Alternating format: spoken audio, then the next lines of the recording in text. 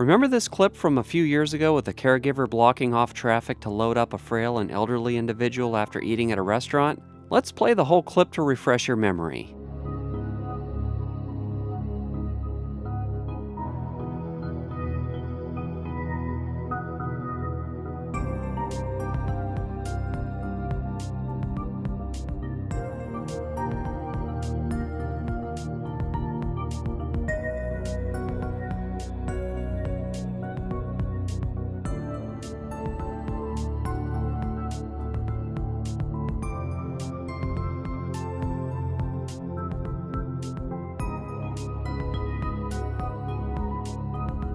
The vast majority of comments agreed with me, with only a few people upset with me for posting it.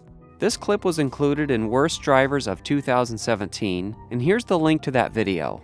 Well, let's fast forward a few years. Well, recently, I got this comment on that video that I pinned, so you can read the whole thread of comments. This initial comment claims that the person being loaded was a cancer patient who couldn't walk around the corner where the parking spot was, and that I, quote, could wait 2 minutes as someone who's on the brink of death to get in a effing car, unquote, and that she's passed away now.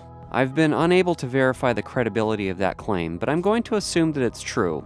Then I explain why blocking traffic is a bad idea and that caregivers aren't above the law. Then this person, the star of today's video, Brundog63, says, way to shit all over the sick and dying. Not once did I slam the sick and dying.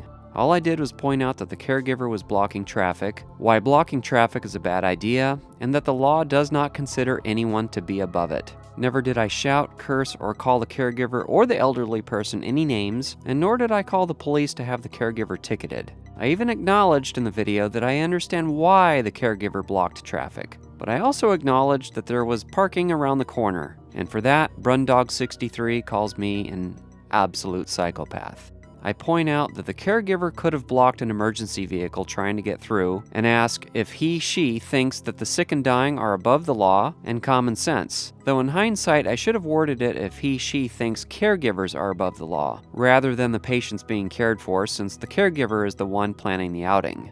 It's a fair question since the commenter was outraged by the clip. The commenter avoided my question with another ad hominem attack, narcissist. I repeated my question again and finally got an answer to which I responded with facts, which further upset this commenter. So let's look at the facts of the situation. For the sake of argument, let's temporarily remove feelings and emotions from this analysis and look at the situation strictly from a facts and logic-based perspective. Fact: the caregiver was blocking traffic and this law prohibits that. Fact: there was parking right around the corner, but it would have been a slightly longer walk, but not by much. Fact: there is a police and fire station a block and a half away on this street, and this street does see a lot of emergency responder traffic due to the station being close by. Fact: parking in an active lane of traffic could have blocked or delayed an emergency responder trying to get through, or anyone else with an emergency trying to get somewhere quickly. Fact: there are other restaurants in Napa with parking lots that have disabled parking right by the front door where blocking traffic is not necessary. Fact: there are other options for patients with mobility issues, like walkers and wheelchairs that would enable the caregiver to park somewhat further away. Fact: nobody is above the law, according to the law.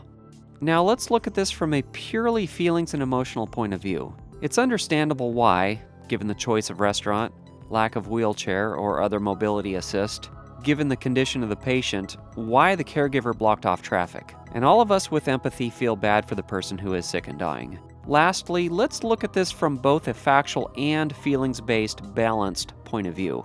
Courtesy is a two-way street. It goes both ways. We must consider the sick and dying and those caring for them, but they must also consider the benefits and needs of everyone else around them, and weigh the benefits and needs of all sides. Common sense should be exercised at all times. Again, I never called for the caregiver to get a ticket. I never cursed at, yelled at, or disparaged the patient or caregiver. Just pointing out that there is a better way to plan for outings with those who are too frail and infirmed to move about using their own body. Let me know what you think and feel free to contribute to that pinned comment thread over on Worst Drivers of 2017.